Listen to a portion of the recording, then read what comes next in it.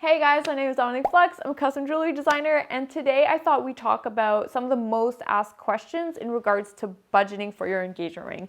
I think a lot of people like to refer to like the, spending 2 to 3 months salary on your engagement ring.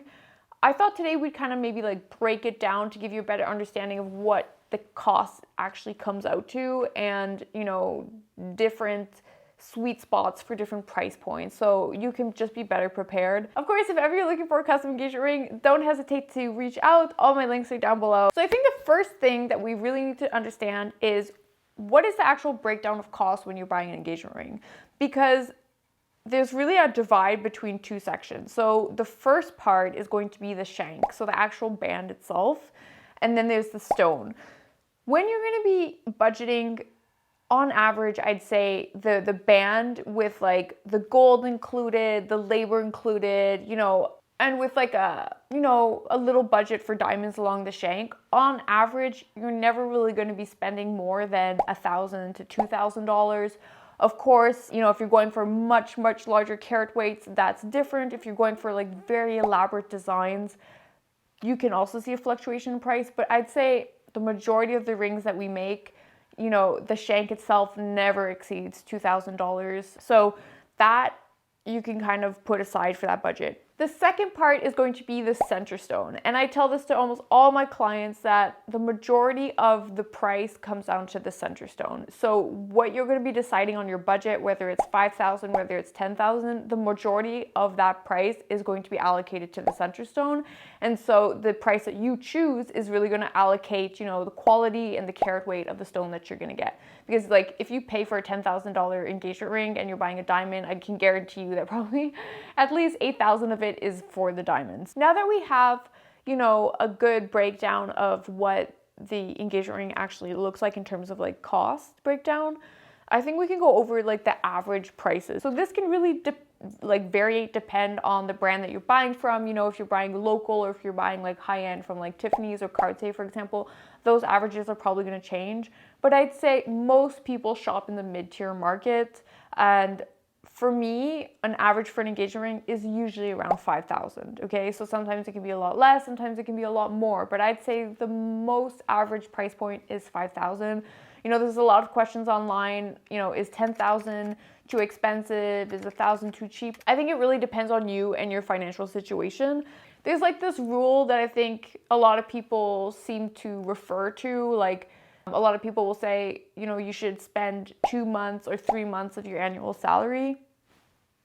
It really kind of depends on you. You don't have to spend that much. You don't have to spend that little. I think that especially if you're going for stones that, are less expensive, like let's say, like we do a lot of moonstone engagement rings. Moonstones are not an expensive stone, so you will probably never pay over even $3,000 for it, right? But then it also depends on like who you're buying from, right? Because if you're buying, let's say from your local jeweler, that average price range is going to be like, let's say in the $5,000 range. If you're going to somewhere like, let's say Tiffany's, a $5,000 ring is going to be a very small center stone at Tiffany's, okay? So anytime you're going luxury, you want to bring that average up. Like Tiffany's, if you're not spending at least 8, 9, 10,000, I wouldn't even bother going to Tiffany's because the cost of working with them is a lot more elevated. So you're going to be kind of like falling short. But yeah, I think 5K is a good range for most people. I do think that once you're going under 2,000, that is a little bit on the cheaper side. In terms of your price range, I do have certain brackets for certain price points. Sorry for interrupting. I just want to say thank you so much for watching our content. If you can smash that like button, hit the subscribe if you want to see more fun content. It helps more than you can imagine. And let's get back to the good stuff. It's like anything 5K and up, I would consider diamond. I think that within these ranges, you're gonna have a little bit more flexibility, but anything 4,000 and under, I would avoid diamond. You're gonna end up with something super small. The reality is that the carat weight does matter. Most people try to get at least a 1 carat and up. And so when you're talking about diamonds, a 1 carat and up, you're easily looking at over 10,000. There are a lot of different options that you can choose from that are not diamonds.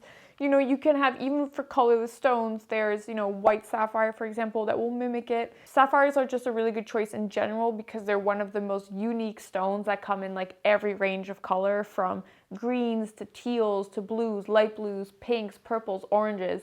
And they even have a lot of like bicolor properties, so the stones themselves can often have like two different shades within the same stone. Like, it's one of those little gems that you find that can really have its own personality versus a colorless diamond, which can be sometimes a little bit plain.